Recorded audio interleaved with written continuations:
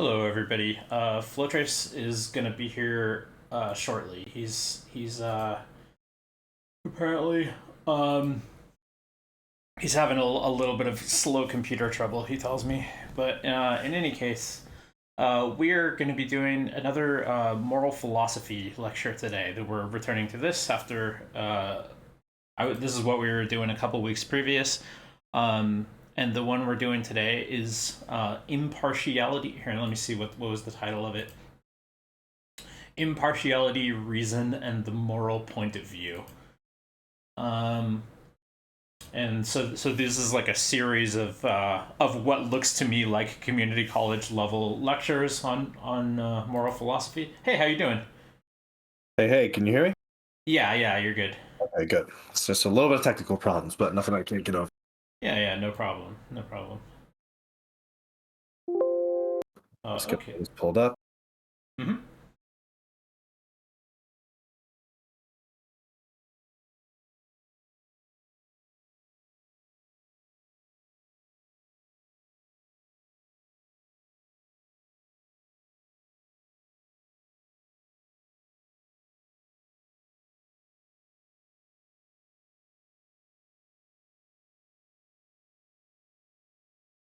Okay, and I believe we had just finished moral and ethical dilemmas, and we're on impartiality, reason, and the moral point of view now. Yep, you got it. Perfect.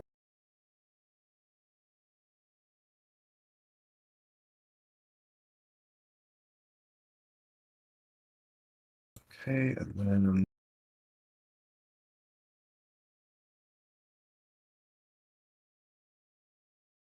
boom, boom, boom. Okay, I think I'm good to go. Yeah, stream.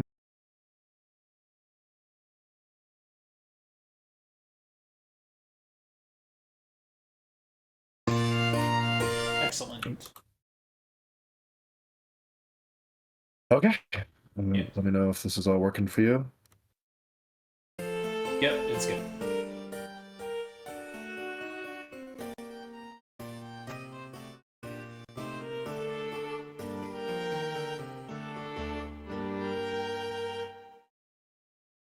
In an ethical debate with another person, you may have heard someone say something like the following: that's just your opinion, or everyone is entitled to their own opinion. Maybe you yourself have said these things. Often it's said as a way of deflecting away from someone's argument or trying to undermine their ability to speak authoritatively on the topic at hand. But what do we really mean when we say things like that? These sorts of statements, like everyone's entitled to their own opinion, seem to imply that any answer we give to an ethical question is just as good as another. But do we really mean that in ethics there's this sort of anything goes attitude? Is any answer we give really just as good as another? When we say these things, do we mean that our beliefs about controversial ethical questions like abortion, the death penalty, and immigration are just like the preferences we have for our favorite ice cream flavors? Is it really the case that we can never be wrong about what we think about ethics and morality? Ultimately, if statements like these imply a fundamentally relativistic attitude about ethics, then it is not clear why we should take ethics seriously. Think about this: why should we bother discussing important ethical questions if there isn't a right answer? Or even not even going to the level of a right answer if there can't even be a wrong answer? If nobody can be right and nobody can be wrong, then what is it we're just trying to discover? What are we discussing? What is the point of any conversation of this sort about an ethical or moral or political matter? Now, given the serious implications that this relativistic attitude has for ethics, and the seeming ease and ubiquity with which these statements are expressed, I think we should think more carefully about what statements like everyone is entitled to their own opinion actually means. In this video, we're going to consider the relativistic position that's sometimes associated with these statements, and we're going to ask ourselves about whether that relativistic attitude, that relativistic viewpoint, whether it really treats ethics with the amount of seriousness that it deserves. You want to pause for a second? I want to propose my initial answer to these questions, like before I listen to what they have to say. So my point of view on this, as of right now, is that we have some amount of shared values and shared agreements between different people, and the things that we say about ethics don't need to be objectively right. They just need to be right relative to the shared things that we agree on. Yeah, I think that's basically where I fall as well. I think that, in my view of ethics, only is a useful one because we happen to share. I shouldn't say happen because there's probably a pretty good reason why, most humans all, Yeah. generally don't like to see other humans suffer and stuff like that. But yeah, if it wasn't for that, then I think these do become a lot harder questions. Like, if there really was some portion of the population that was like, man, I just really want humans to suffer. That's my ultimate axiom. I don't know if I would really have any way to, like, interface with those people and be like, shouldn't we not do that? Because at the end of the day, if they just come down to that value of not valuing human life, and I fundamentally come down for or come from the value of valuing human life, I don't really know how you resolve that, like, logically. Yeah, I think if you're ever to make any headway with a person like that, you would have to sway them emotionally, and not you can't give them a logical argument to say why suffering is bad. It's just we don't like it. Yeah.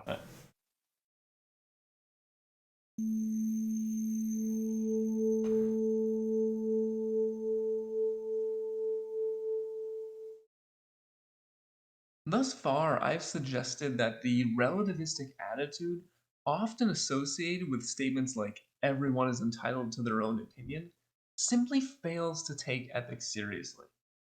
But I think before we can really understand and evaluate that claim, we first need to ask a broader question. What does it mean to take ethics seriously in the first place? For the person who is committed to taking ethics seriously and wants to give moral questions their proper attention that they respect and deserve, what kinds of commitments will that person have? Now, the author of our textbook, Lisa Newton, suggests two specific commitments that she thinks are integral to taking ethics seriously. On the one hand, there is the commitment to reason, and on the other hand, there is the commitment to objectivity and impartiality. She says both of these are demanded of anyone who would take ethics seriously, and they constitute what is known as the moral point of view. Now, most of this video is going to be spent on covering the commitment to reason, but I want to begin first by saying a few things about the commitment to objectivity and impartiality because it's also a very crucial aspect of the vantage point from which we make ethical and moral judgments.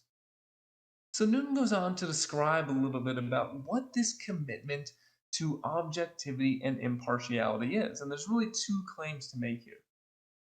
First, she says we have an obligation to examine the options from an objective standpoint, a standpoint that everybody could adopt without partiality.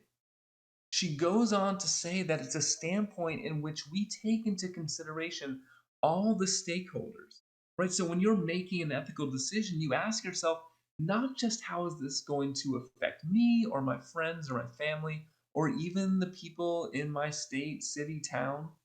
You're asking yourself the question, how will this influence or affect everyone who has a stake in my decision? Everybody who could be affected by that decision. And if you're really taking an objective or impartial point of view, then that means all those stakeholders need to be given equal consideration. Newton explains the commitment to the moral point of view entails a willingness to give equal consideration to the rights, interests, and choices of all parties to the situation in question. Now, the first question you might ask yourself here is well, why should I think that this is a point of view I should adopt? It's certainly not a natural point of view. Our natural point of view, well, maybe first and foremost, is one that gives priority to our own interests. Then maybe the interests of our family and our friends and people who live near us. In fact, our natural emotions and our natural care and concern is most likely going to be taken up or is going to be engendered by those that we know the best. So we might wonder why do we have to think it's important to take an objective or impartial stance? Why do we have to care just as much about those who we know as those who we don't know? Well, this is a complicated question, but Newton gives some indication as to why this is an important aspect of ethics. She says, we also know that if anyone's wants, needs, votes, or choices are to be taken seriously and weighed in the final balance, then everyone's wants of that type must be weighed in equally. If anyone is to be accorded respect and moral consideration, then all must be. The idea of objectivity and impartiality comes from an idea of the fundamental equality of humans. It comes from the idea that no one person is special or more important than another. So if anybody's interests matter, if my interests matter, right, when I'm making a decision, if I have to think about my happiness, then it also follows I have to think about the happiness of other people as well. Because I'm not special, I don't get a special Can we status pause or here for a second? privilege. Mhm. This sounds like a circular argument to me. It's like we must give everyone equal consideration because they're all equal, and they're all equal because they're not special, and they're not. You know what I mean? It's just like kind of saying the same thing over and over. And Yeah, I don't really think. I guess this is a different way of formulating. I think I agree with the end point, but I sort of get there from a different formulation. In my mind, one of the strongest arguments against, I don't know if you're familiar with the idea of like presuppositionalism. Yeah. It's like it's like one of the strongest arguments against that is that ideas need to be comprehensible to other people just to be able to function, right? Like if you have an idea that's true, but for whatever reason no one can ever understand you when you try to communicate it, it kind of doesn't matter.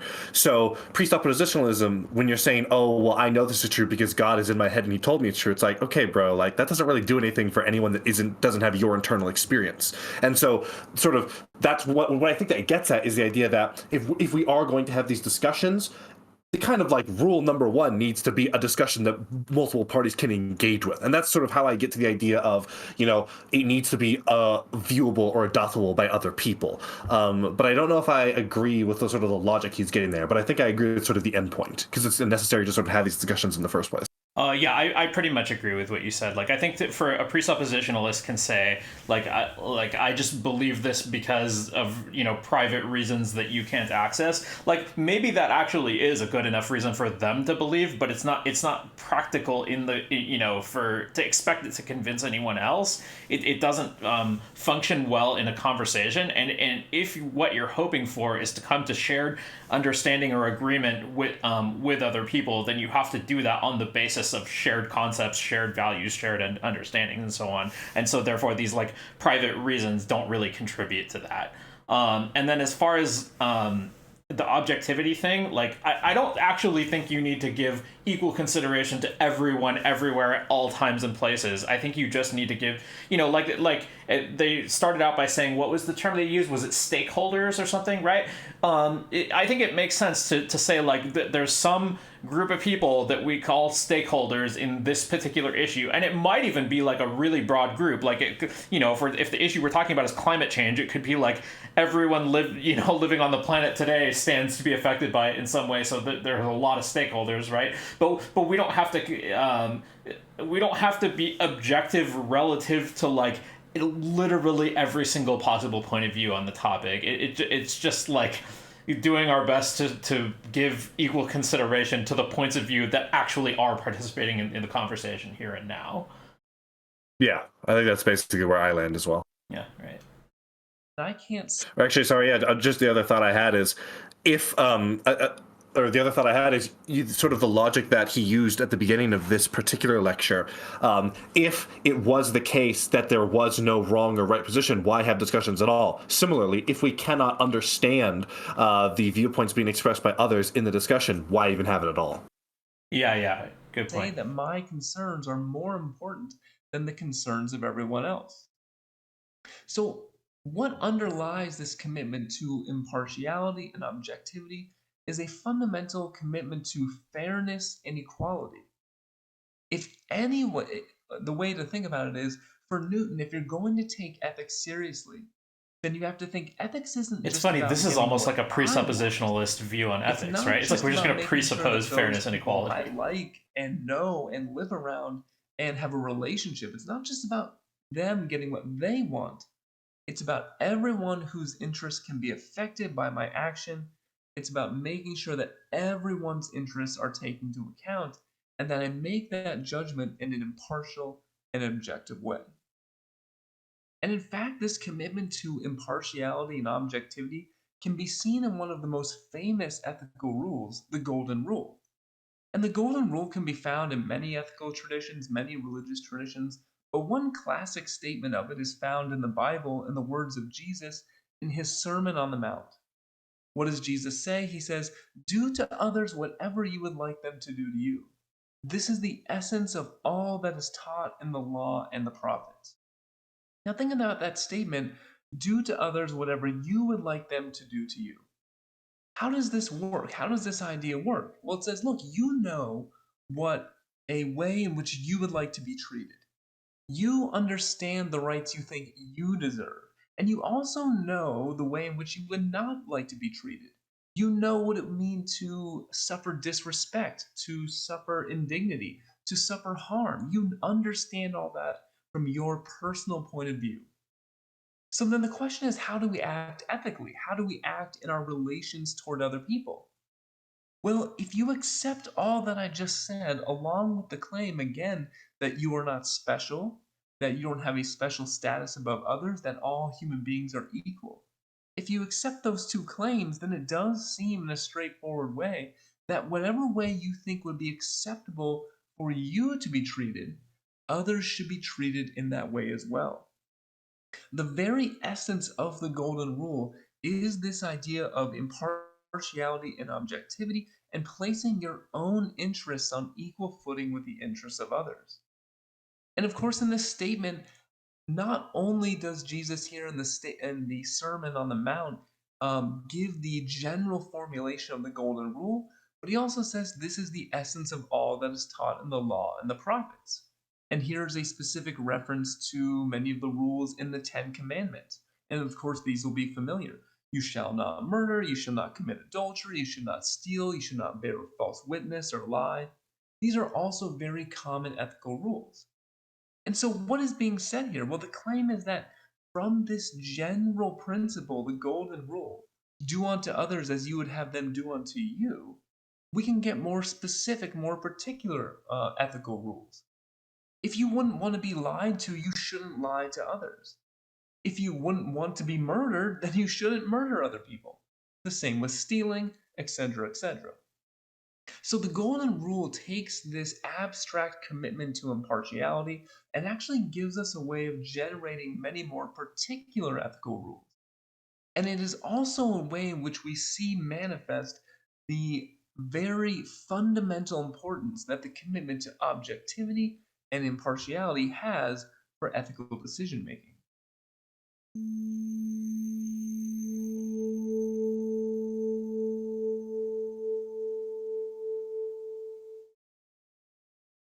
The moral point of view, which just is the point of view that someone who takes ethics seriously must adopt, is comprised of two commitments. We've now discussed the commitment to objectivity and impartiality, so now let's say a few things about the commitment to reason.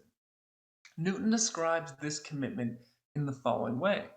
She says that any troubling case, we have first of all an obligation to think about it, to examine all the options available to us. And of course, this itself is a significant statement. Because even if you put ethics aside for a moment, think about how much of our decision making sometimes is driven by non rational factors. Well, we've always done it this way in the past, or doing it this way feels good, or I just sort of have an impulse, an immediate impulse to want to make this decision. And the idea is that if we're going to take ethics seriously, then when we confront a difficult ethical issue, it's not enough to just say, this is how we've always done it, or this is what I feel is correct. We actually have to think about all the options in front of us and think about them carefully. Newton points out that when we have a commitment to reason, we don't act out of prejudice or impulse or do something just because we can, because we have the power to do so. When we have the commitment to reason, we say, I'm going to let my actions be guided by what my reason tells me is the best thing to do. And this means you have to be willing to subject, as Newton says, your own moral judgments, your own moral values to critical scrutiny. Not just say simply that, for instance, this is my opinion and I'm entitled to it. No, if you have a commitment to reason, you say, whatever my belief on this issue should be, it should be the one that is supported by the best arguments and the best reasons. Now, if we do have this commitment to reason, Newton also points out that this rules out a couple of things as possibilities for what could make our ethical decisions. On the one hand, later in this class, we're going to discuss an idea called intuitionism, and Newton argues that the commitment to reason means we cannot be intuitionists. And what is an intuitionist? What does that mean? It just means that you think moral judgment or deciding what's morally right or wrong is just simply a matter of pure intuition. It's your immediate feeling on the matter. You just have this sort of simple perception of what should be done that isn't open to, as Newton says, critical analysis. In order to better make this point, let's think about a concrete example. Previously in this class, we talked about the Vlasovic case. And here we had a situation where an individual's parent's mother was getting to a point in her life where she can no longer independently take care of herself. And because she was a fiercely independent person, and because she very much held on to her previous life where she had a higher degree of functioning in her mental faculties, she had brought up the possibility of intentionally ending her life prematurely. Now, of course, the question of euthanasia or physician assisted suicide and suicide in general, those are all difficult ethical questions and questions on which good hearted, honest people can disagree with a variety of different arguments.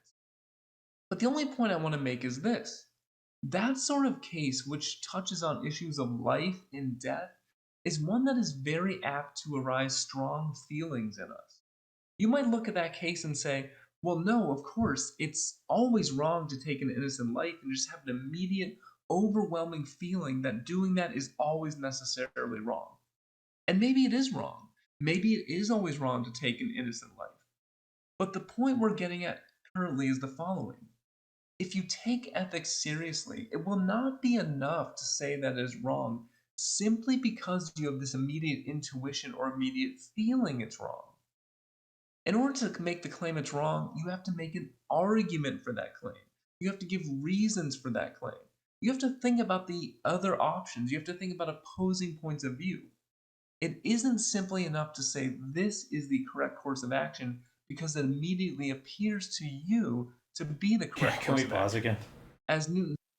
Okay, I think as appealing as this sounds, I think I don't buy this as a logical argument, so I think reason is complementary to intuition, because in order to do reason, you have to have starting premises, and those, if you're going to say that those premises have to be justified by further premises by logic, you just end up in some kind of either like infinite regress or just like dogmatic assertions or whatever, and I think what you basically just end up regressing to in the end is things that you believe because of intuition, and I think moreover, if you were to say like arguments don't hold up unless you have reasons for them, well, I mean, I could likewise ask, like, what's your reason for saying that we need reasons, and like, good luck justifying that without making a circular argument out of it.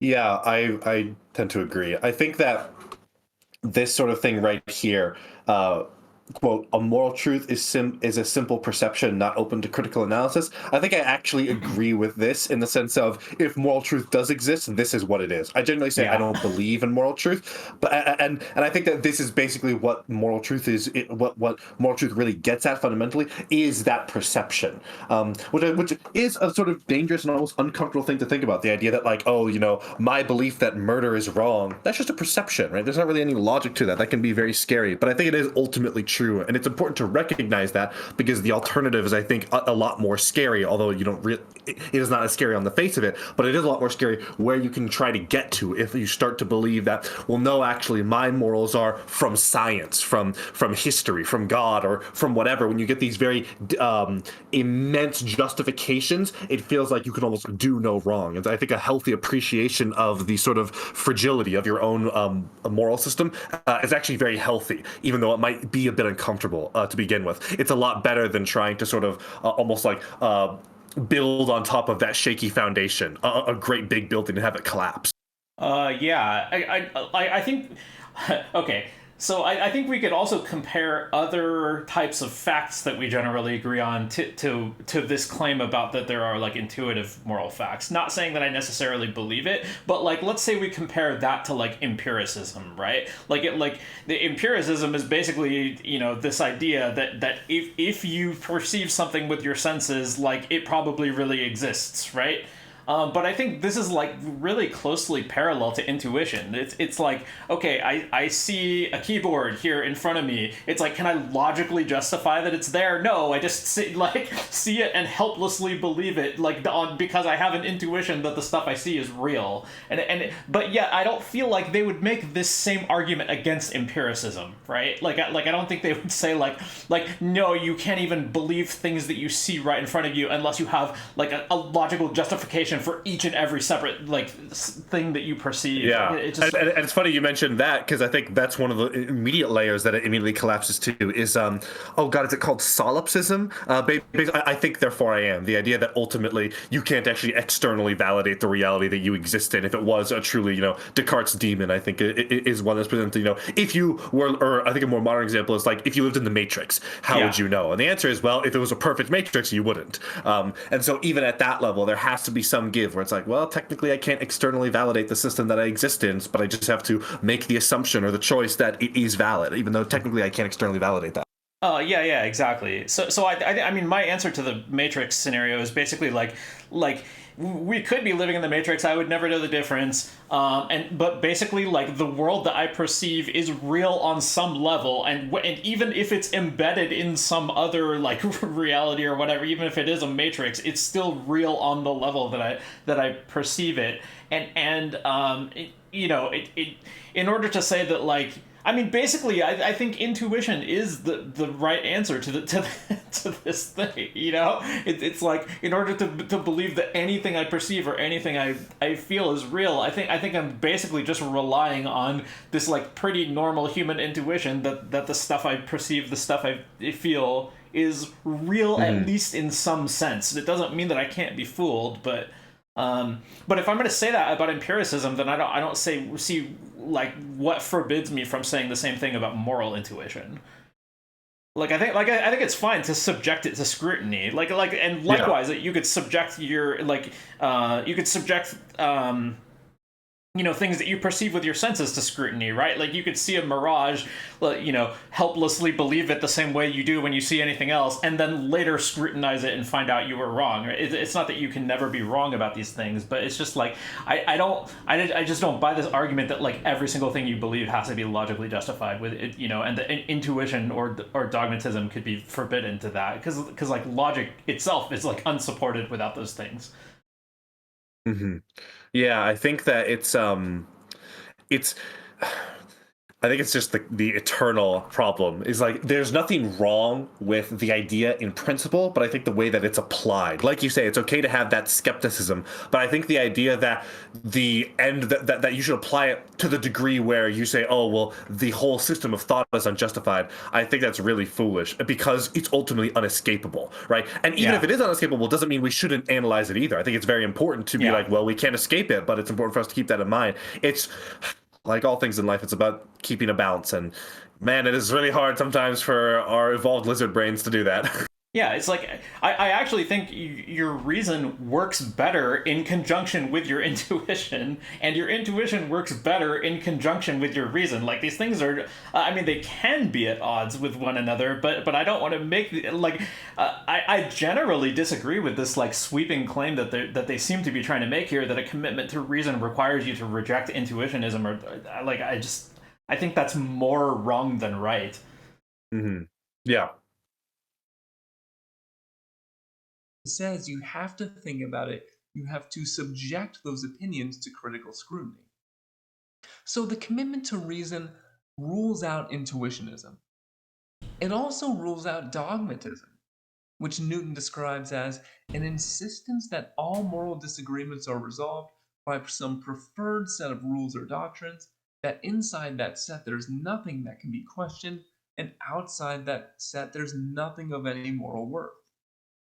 If you are a dogmatist, you say, I have certain ethical principles, certain rules, and no matter what, these rules must be correct. There's no point in thinking about them. I know a priori or prior to having the discussion that they're absolutely true, and there's nothing you could possibly say to me to sway me from my opinion. So let's consider another example. Suppose you were thinking about the question, is it ever morally acceptable to tell a lie?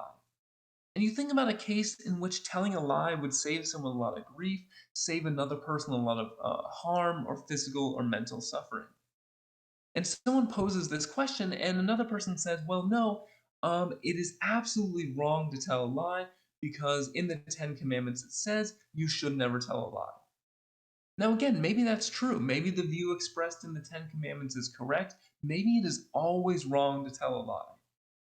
But again, the point is just this: if we have a commitment to reason in ethical matters, then we can't simply appeal to some source of authority and say our work is done. We actually have to reason through and think about, why is it always morally wrong to lie? We have to think about the opposing arguments, take them into serious consideration, and give reasons for why those arguments are inadequate. Notice previously I was talking about the Ten Commandments and the Golden Rule. And I said the commandments in the Ten Commandments can, hypothetically, be derived from the Golden Rule. Now, why does that matter? Well, even there, the Ten Commandments is an authoritative set of rules in Christianity and also Judaism, taken to be authoritative on matters of ethics. But even there, I was saying, look, let's think about the fundamental basis for those rules. Let's think about why we should think those rules are correct. And if that's what you're doing, you're not acting as a dogmatist. A dogmatist isn't necessarily someone who upholds a certain set of principles. A dogmatist is someone who refuses to think about them.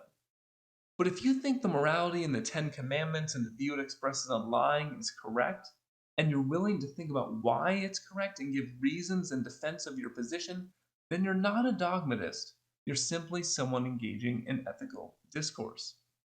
The dogmatist, on the other hand, would refuse to hear any countervailing arguments, refuse to hear any other positions, and simply remain secure in their already established belief that their preferred principles or doctrines must absolutely be correct.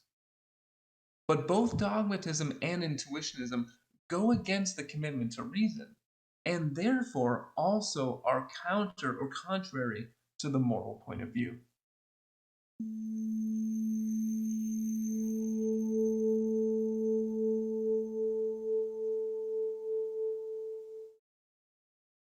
We have seen that the moral point of view is one that includes strong commitments both to reason and to objectivity and impartiality.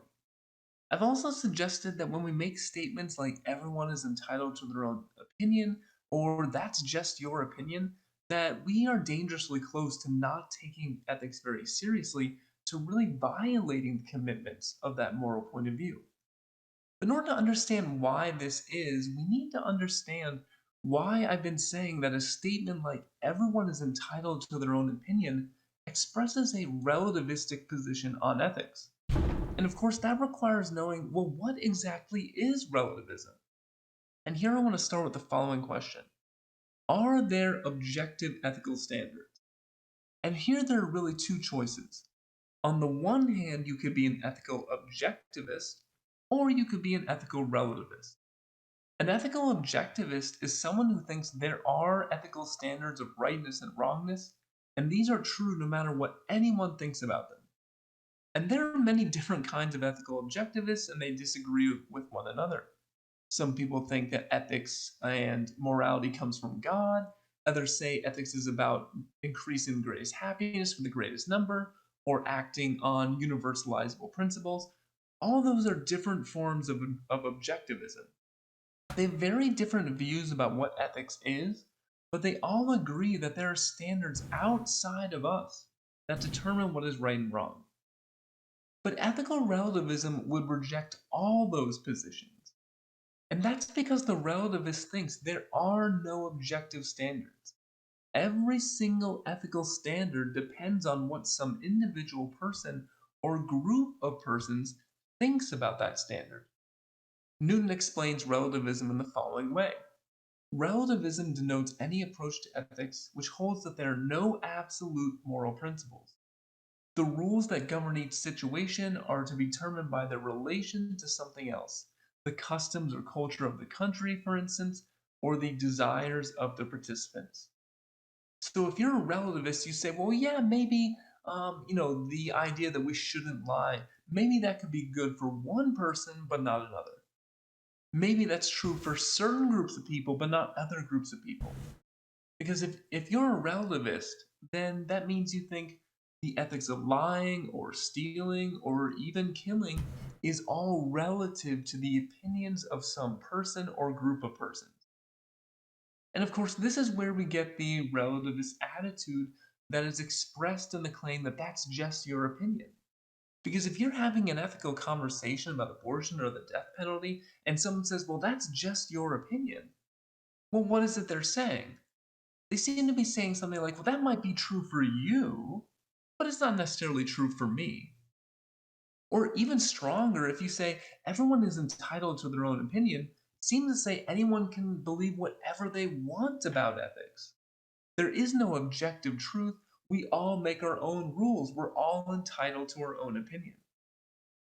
And while, as I said, this is a statement that comes up often in contemporary ethical and political discourse, the attitude that's being expressed here is a very old one.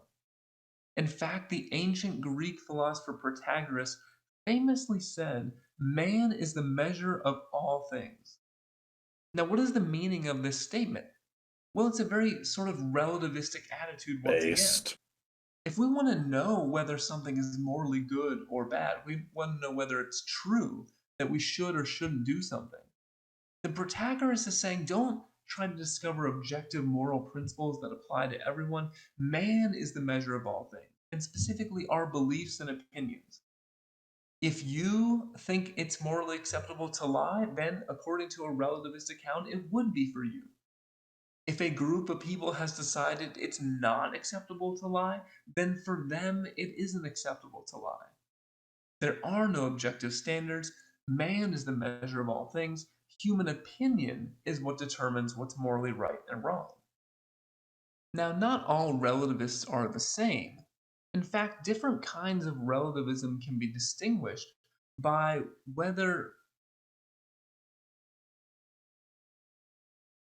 Oh, I Oh, think the audio just cut out. it's still playing. I think there's something going on with his setup. Oh.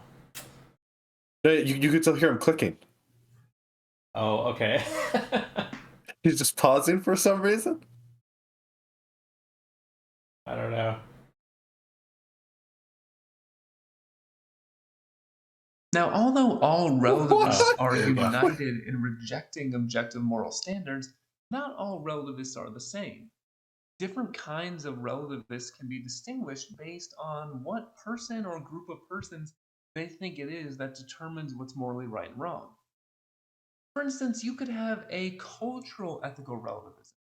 If you're a cultural ethical relativist, then you think ethical rightness and wrongness is determined for each person by the standards of the culture in which they live. And this could also even depend further upon how you define a culture.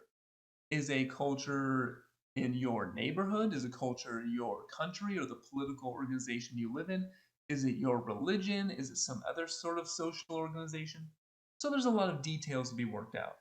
But in general, cultural ethical relativists hold that ethical standards come from some larger group we are a part of, and apparently, whatever is the abiding belief of that group determines what is morally right and morally wrong. However, in this video, I'm going to put more emphasis on a different kind of ethical relativism, which we'll call subjective ethical relativism or subjectivism. Now, what is subjectivism? As Newton describes, subjectivism insists that the sole source of knowledge or authority is in the perception of the individual. Each person is his own authority on the moral life. So, whereas the cultural relativist says, well, the culture determines the standards of ethics, the subjectivist says, no, you determine the standards of ethics. But you don't determine them for everyone universally or objectively. You determine them for yourself. And so does everybody else. There is no external truth or standard. Each individual person decides what's right and wrong, and whatever they decide, that is what's right or wrong for them. Now, one very important point to make about subjectivism is that it really eliminates any need to justify yourself in what you believe. Right? I mentioned a number of times the example of should you ever tell a lie, and there can be always cases where it seems like it would reduce suffering and increase happiness to tell a lie. And many philosophers have spilled a lot of ink and typed a lot of words trying to answer that question, is it ever acceptable to tell a lie? But if subjectivism is correct, then that was all a waste of time. Because if subjectivism is correct, then nobody outside of your own individual conscience and your individual belief can ever know what's right or wrong. There's no need to explain your belief or justify your decisions. Because when you give a reason for a position you hold, when you say it's always morally wrong to lie for this reason, you're implying it's not just a reason for you, it's a reason other people should listen to. It's a reason that holds for other people as well. Can we But if pause here? subjectivism is true, and This doesn't make a lot of sense to me either, this point that he's making right now, because like even if we were to grant that everybody can make their own subjective moral judgments and those are the ones that are right for that person, that still doesn't mean that those judgments are just completely random and come from nowhere, right? So those judgments are going to be based on our own experiences and values and so forth, and saying something to another person is an input to their experiences, right? Yeah, I think there's I don't know. It's just like I just feel like every problem in the world is just the same problem. It's just like have you ever seen the meme where it's like I think it's from the actual image itself is from Donnie Darko, and it's something like evolution is like Donnie Darko is labeled as evolution, and Donnie Darko says I made a new animal, and then the therapist says new animal or crab again, and Donnie Darko says crab again, and it's sort of joking that like evolution keeps like causing creatures to become crabs because like it's like a really advantageous form or something. I feel like so many problems are just like the inability to like take an idea in moderation. Just because we have like a view that's like based in subjectivity doesn't mean that we then have to be subjective in all things. A lot of people, well, in my opinion, all people, just only some people are honest about it, have their views rooted in subjective views, but then can try to arrive to some sort of logical like a system. And we might even say that they only do that because they have a subjective desire to appear or to feel consistent. But even still, that's something you have to contend with. And I think there's a lot of examples in history where people do things that don't immediately appear to align with their most basal instincts, but instead are highly motivated by conclusions that they've arrived to from their moral systems, right? Like, you know, as much I don't agree with anti-abortion advocates, but I don't think anti-abortion advocates are out here, you know, doing what they do just because of some deep emotional connection to pictures of a fetus, you know? In fact, I think people very often, sometimes pro-choice people in debates will wield pictures of fetus and be like, look, this doesn't look like a human. You don't feel any empathy for this. But despite that, we still see very big issues around that continuing in America for a very long time. So I don't think it's enough. It isn't sufficiently explanatory to just say that, well, people are always just subjective, not even in their axioms, but to their conclusions. That someone would say, oh, well, if my only moral axioms are justified by something, by my feelings, well, then I'm just going to take the action that most comports with my most innate feelings in any given moment. My ideology is I will do whatever my feelings tell me to do because that's all your ideology is anyways. It's like there's clearly differences between having a feeling that humans are having value and constructing some sort of system off of that versus purely just giving you all your decision making over to just whatever your feelings are in the moment. Yeah, I do think there is a difference, but I also think there is a tendency for people to like use logic to try to justify their conclusions that they come Oh to yeah, from their yeah, feelings. Yeah. self-justifying. Well, and that's why understanding that system is so important, so you can tease out when there's a real contradiction within your system versus when you are just, sort of self-rationalizing or self-justifying. It's like the very famous political science comic where there's like three fish, and there's a small fish that's about to be eaten by a medium-sized fish, and a medium-sized fish that's about to be eaten by a big fish, and the small fish, and they all have thought bubbles, and the small fish thinks the world is unjust, and the medium fish thinks the world is somewhat just, and then the big fish thinks the world is just. Yeah, yeah. Yeah. So, but because of that kind of thing, I actually think that there is no clean distinction between who's justifying their feelings and who's not. I just kind of think everybody is doing that. Mm-hmm. But that's not to say that there is no objective truth or no use to logic or anything of that. But I just I don't buy that there is such a thing as an exercise of pure facts and logic that independent of whatever emotions you're having. I don't think people can do that.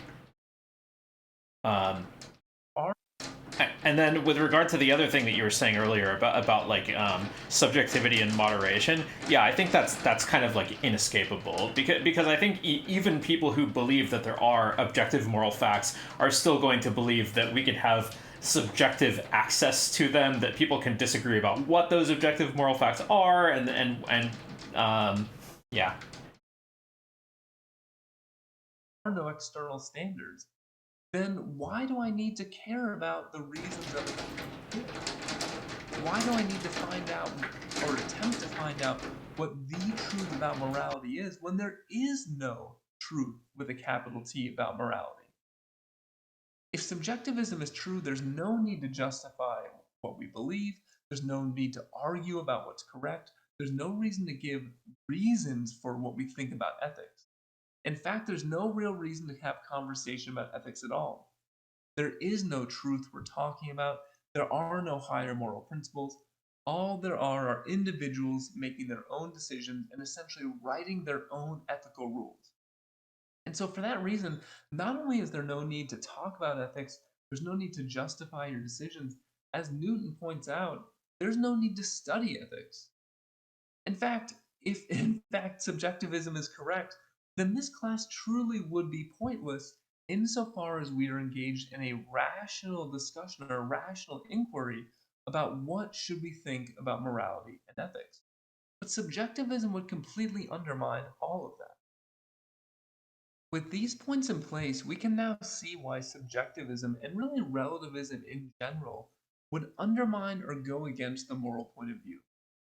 Newton makes the following points about subjectivism. It's a position that is anti-reason.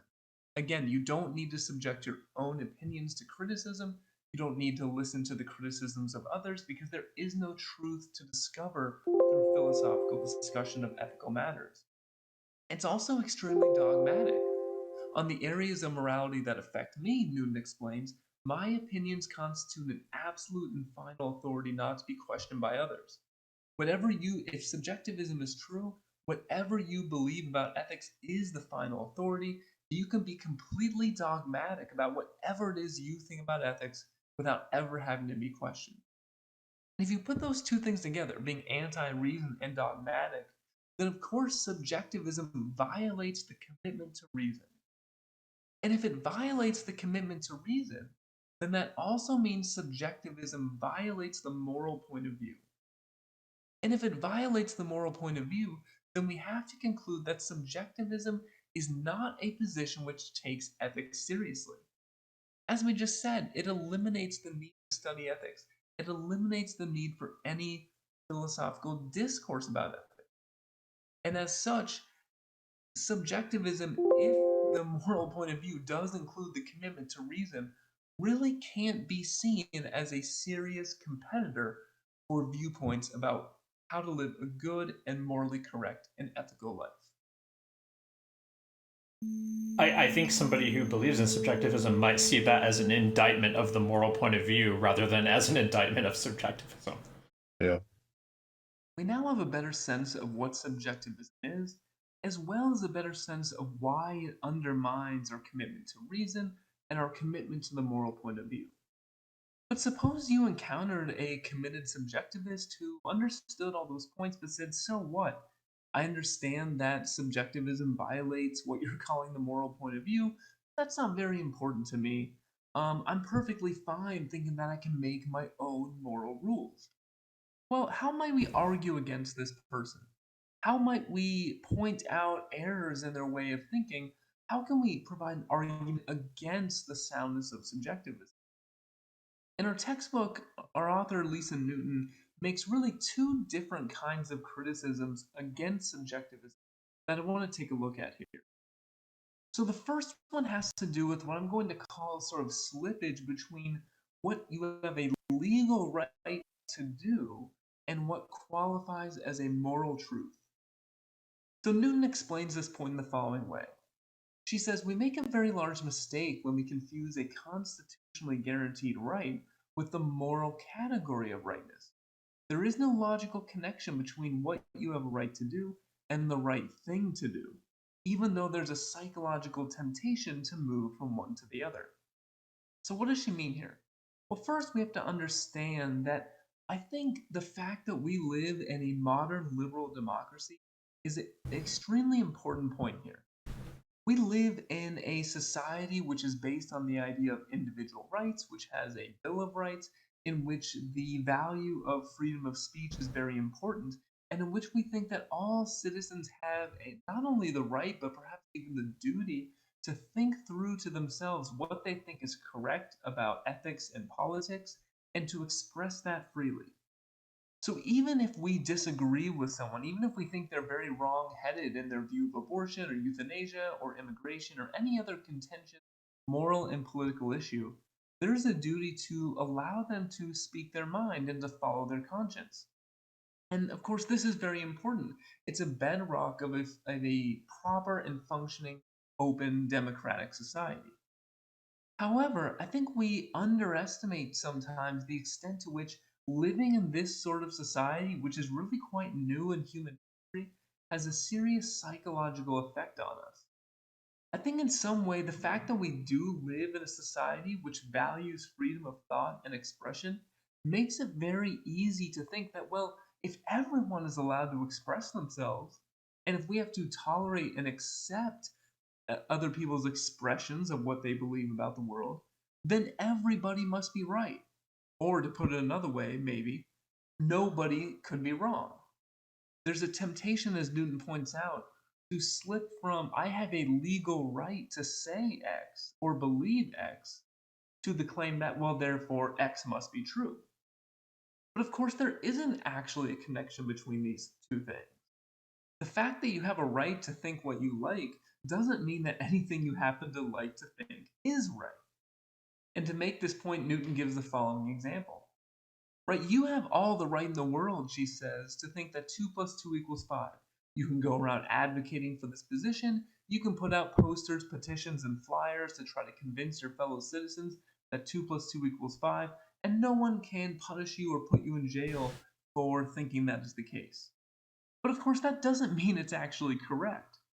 Just because you believe 2 plus 2 equals 5 and you have the legal right to say that 2 plus 2 equals 5 doesn't change the actual facts of the matter. 2 plus 2 equals 4. And if we can say that about mathematics, if we agree about that, then why can't we say the same thing about ethics? And we can sort of think about this as the following kind of argument. This is the faulty argument which seems to underlie relativism and subjectivism in particular. Citizens of a democratic society have the right to believe what they like about matters of ethical concern. You have a right to think what you like. Therefore, the conclusion is drawn that there are no objective standards of ethical correctness. Anything you happen to like is true. But what Newton is rejecting here is the movement from that premise to the conclusion. The fact that you have a right to think what you want about abortion or euthanasia or immigration or any other contentious ethical issue does not mean that whatever you think is true. Just like you have a right to think about whatever you want about triangles and squares and the number of sides they have and what 2 plus 2 equals, you can think whatever you want about that from a legal point of view. That doesn't mean you are correct. There are objective standards in mathematics that are not undermined just because people can express opinions that go against those objective standards. So if we can say that about mathematics, then it seems we should say that this inference is also bad when it comes to ethics and morality as well. And now I want to look at the second criticism that Newton makes of subjectivism. And I'm going to call this criticism the relativist dilemma. I call it this because it's a dilemma that comes about when you try to defend any sort of relativism, whether that be cultural relativism or subjectivism. So what's the basic idea here? Well, what you should do is imagine the following. Imagine that you encountered a subjectivist or a relativist, and you asked that person to defend their position, to defend their subjectivist or relativist view of ethics. How would the relativist do that? Well, the dilemma that is supposed to come about when you ask this question can be expressed in the following argument. The first premise of this argument is following. Premise 1, the relativist can either defend their relativism by appealing to some other set of ethical values, like toleration or respect for conscience, or the relativist cannot appeal to any other set of ethical values when defending relativism. So the basic idea behind the fundamental claim of the argument is this. If you ask a relativist to defend their position, they can either say, look, relativism is good and true because of these other important values, or they can just point to no other important values at all. So we're going to consider each of these two possibilities, and let's begin by considering the first possibility. Let's begin by considering the possibility that the relativist defends their relativism by pointing to some other set of ethical values. So what would this look like? The relativist might say, look, relativism is good and important because it's wrong to not tolerate other points of view.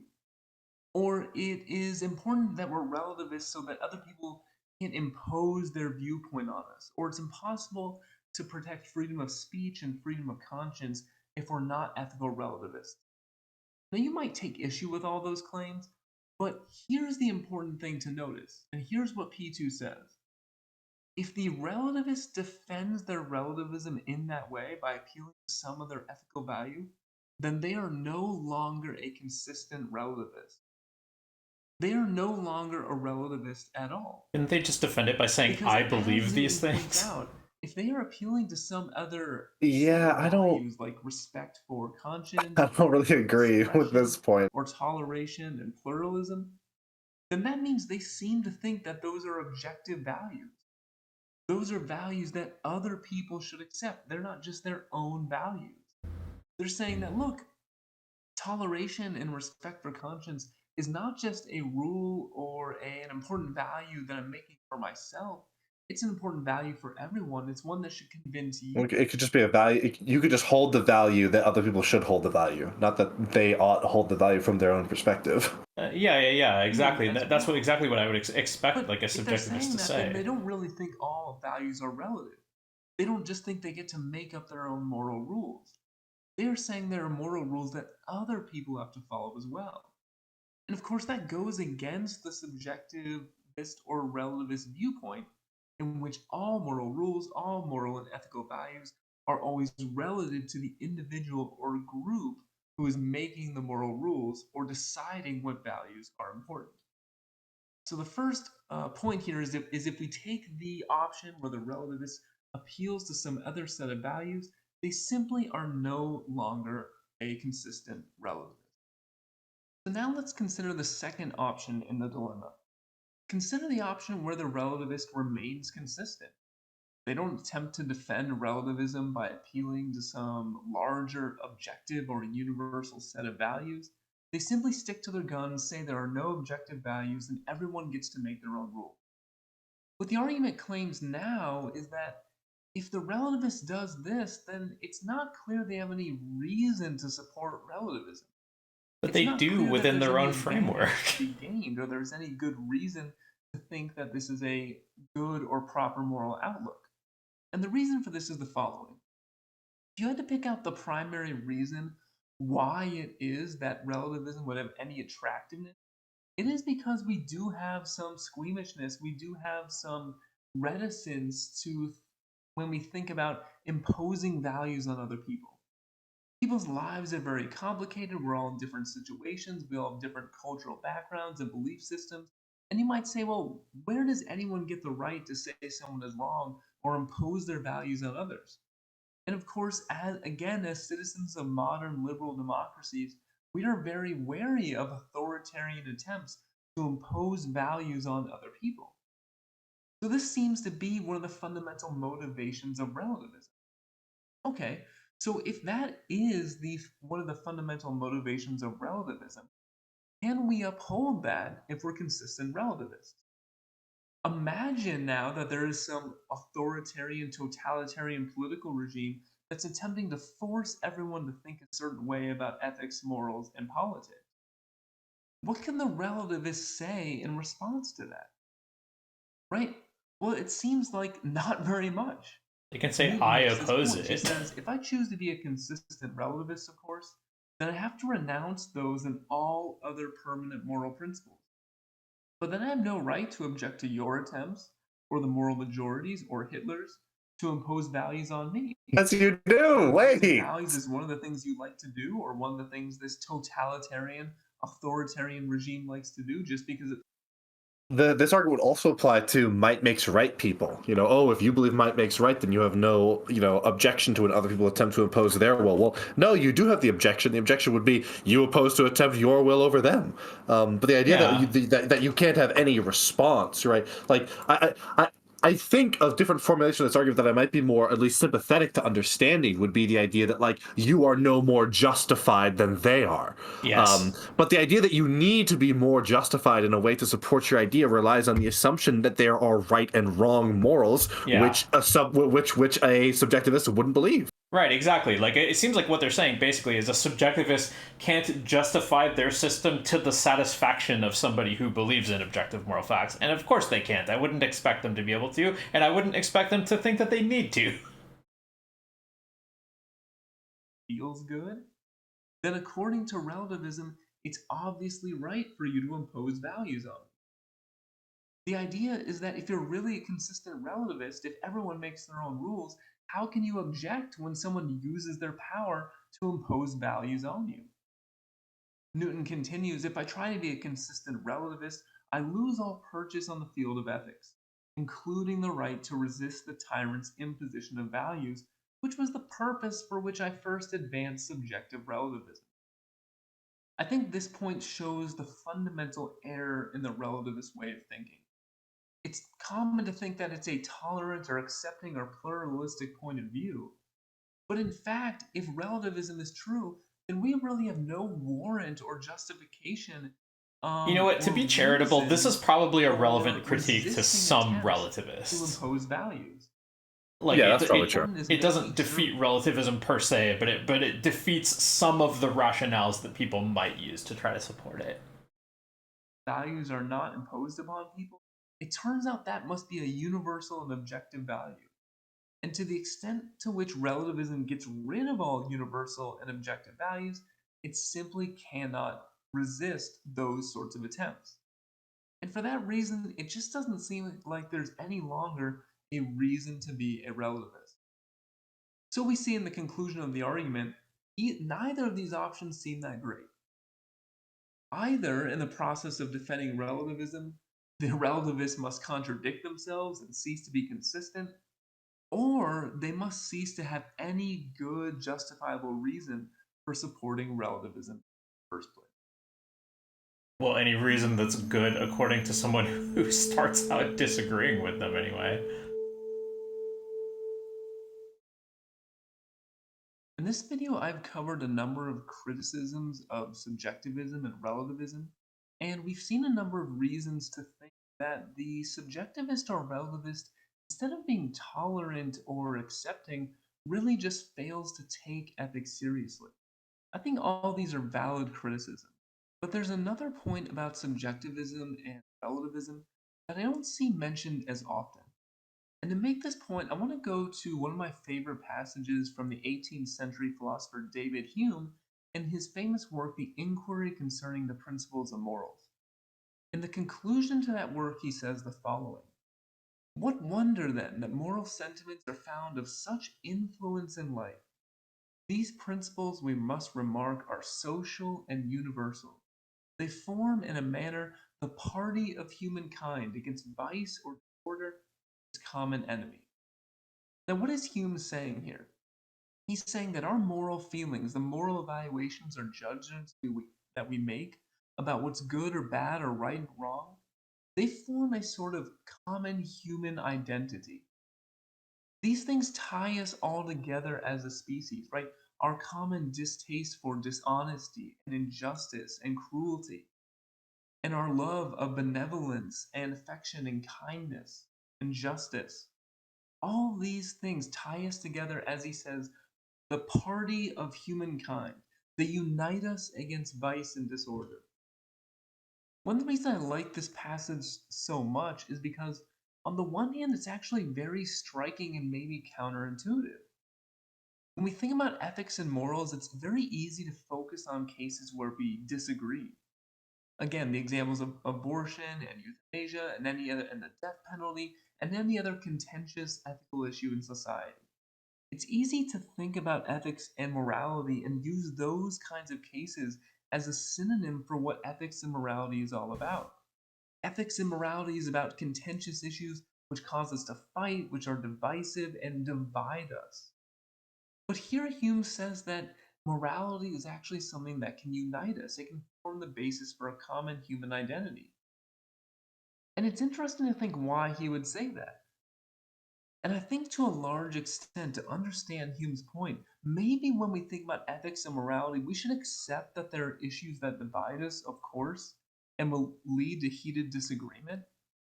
But on the other hand, I think more fundamentally, maybe the paradigmatic example of what ethics and morality is all about is when we see someone being cruel or unjust, and we are all united in our opposition to that individual. When we see someone inflicting suffering on another person Wait, for can we no pause reason, here? you can think of the bully. If you see someone being cruel and unjust, that it logically follows that you're not all united because there is a person doing that. That person is not united with the rest of you, right?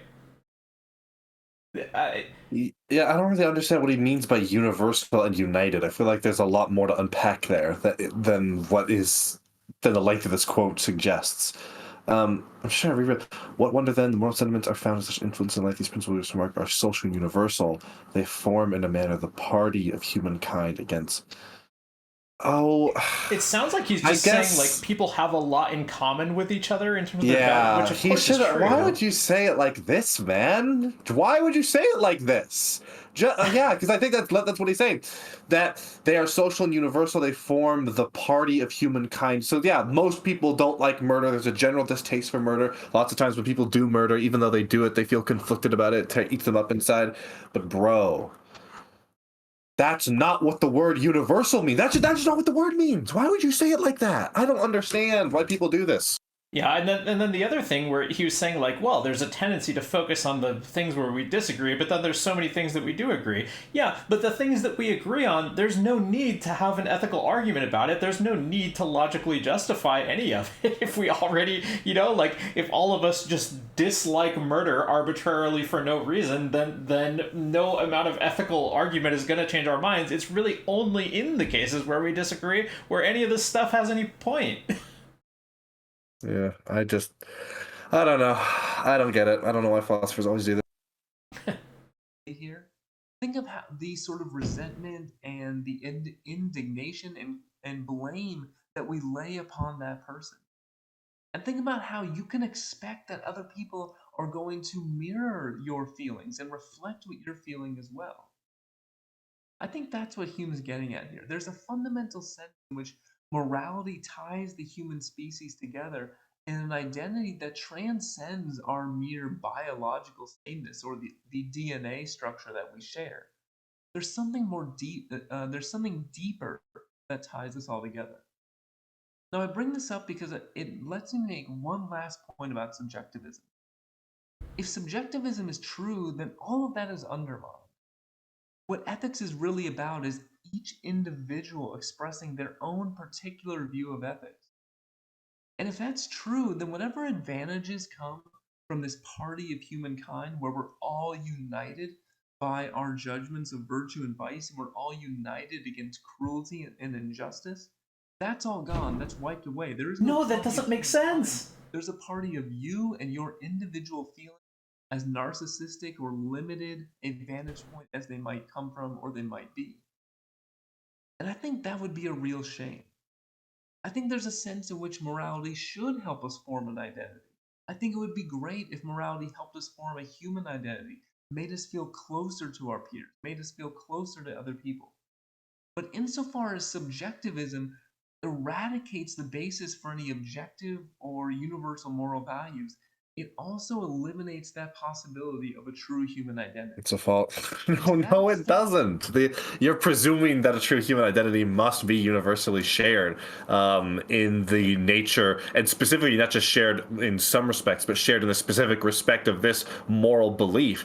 And it's also a false framework, because a subjectivist is claiming that this already is, and that you're just in denial. So to portray it as a change, or as you then denying what actually is, doesn't even make sense, because from your view, it is still there. We just are denying its existence. And from the subjectivist view, it never was there in the first place. You're just engaging in a delusion. So from either side, it doesn't make sense to quantify this, or not quantify, but to characterize this as a change from this identity existing to this identity not existing. Yeah, I think a subjectivist could actually agree that humans like largely have a lot of values in common, and they could just say okay, this narrator a minute ago was saying that our values form the basis for a lot of unity between humans, but I think a subjectivist could just easily agree with that. They could go yeah, we all form our own subjective conclusions about morality, and because we have so much in common, that we've often formed the same conclusions, and it results in a lot of unity.